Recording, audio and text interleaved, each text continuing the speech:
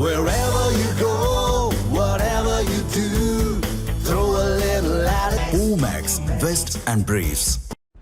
குழந்தைகளுக்கான பராமரிப்பு பொருட்கள் என்றாலே ஜான்சன் அண்ட் ஜான்சன் தான் என கூறும் அளவுக்கு ஒரு காலத்தில் அந்நிறுவனம் உலக புகழ் பெற்றிருந்தது. தொலைக்காட்சிகளிலும் அடிக்கடி அந்நிறுவனம் குறித்த விளம்பரங்களை பார்க்க முடிந்தது. தற்போது நிலைமை அப்படியே தலைகீழாக மாறி ஜான்சன் அண்ட் ஜான்சன் என்ற பெயரை செய்தித்தாள்களில் மட்டும்தான் அதிகம் பார்க்க முடிகிறது.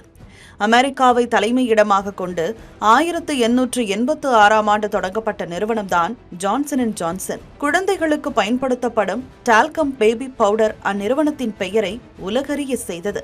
டால்க் என்ற கனிமத்திலிருந்துதான் இந்நிறுவனம் பவுடர்களை தயாரித்து வருகிறது. அந்த பவுடர் புற்றுநோயை ஏற்படுத்தும் தன்மை கொண்டது என்ற குற்றச்சாட்டு 1970களின் முற்பகுதியில் இருந்தே முன்வைக்கப்பட்டு வருகிறது. குறிப்பாக இந்நிறுவனத்தின் பவுடர்களில் ஆஸ்பெஸ்டாஸ் என்ற கனிமம் உள்ளதாகவும் இது நுரையீரல் உள்ளிட்ட பகுதிகளில் புற்றுநோயை ஏற்படுத்தும் தன்மை கொண்டது எனவும் கூறப்படுகிறது. இதனை அறிந்திருந்தும் ஜான்சன் அண்ட் ஜான்சன் நிறுவனம் அதன் பயன்பாட்டை நிறுத்தவில்லை எனவும் குற்றம் சாட்டப்படுகிறது. இது தொடர்பாக 1999ஆம் ஆண்டு டார்லின் கோக்கர் என்பவர் வழக்கு தொடர்ந்தார். ஜான்சன் அண்ட் ஜான்சன் நிறுவனத்தின் தயாரிப்புகள் புற்றுநோயை ஏற்படுத்துவதாக கூறி தொடரப்பட்ட முதல் வழக்காக இது கூறப்படுகிறது. அதன் தொடர்ச்சியாக அடுத்தடுத்து ஆயிரக்கணக்கில் வழக்குகள் தொடரப்பட்டன. இன்றைய தேதிக்கு அந்நிறுவனத்திற்கு எதிராக ஒன்றல்ல இரண்டல்ல சுமார் 70,000க்கும் மேற்பட்ட வழக்குகள் நிலுவையில் உள்ளன.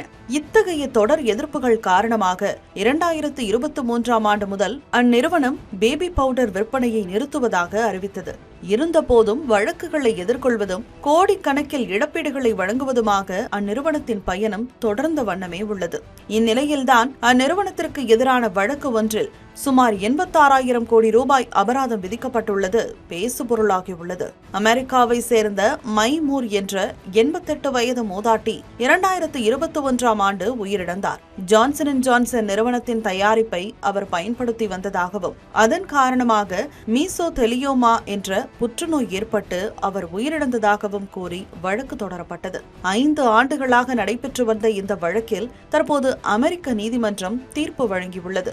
மூதாட்டிக்கு புற்றுநோய் ஏற்பட ஜான்சன் அண்ட் ஜான்சன் நிறுவனத்தின் தயாரிப்புகள் தான் காரணம் என்பதை உறுதிப்படுத்தியுள்ள நீதிபதிகள் பாதிக்கப்பட்ட குடும்பத்திற்கு 85,790 கோடி ரூபாய் இழப்பீடு வழங்க உத்தரவிட்டுள்ளனர். இந்த தீர்ப்பை ஏற்க மறுத்துள்ள ஜான்சன் அண்ட் ஜான்சன் நிறுவனம் மேல்முறையீடு செய்யப்போவதாக அறிவித்துள்ளது. இருப்பினும் அழகு சாதன பொருட்களை பயன்படுத்துவதற்கு முன்பாக அதன் தன்மை குறித்து தெரிந்து கொள்ள வேண்டும் என்ற விழிப்புணர்வை இந்த தீர்ப்பு ஏற்படுத்தியுள்ளது. மேலும் குழந்தைகளுக்கு பயன்படுத்தும் பராமரிப்பு பொருட்களில் தீங்கு விளைவிக்கும் ரசாயனங்கள் கலந்துள்ளதா என்பதை பெற்றோர்களும் கவனிக்க வேண்டும் என மருத்துவர்களும் வலியுறுத்தி வருகின்றனர்.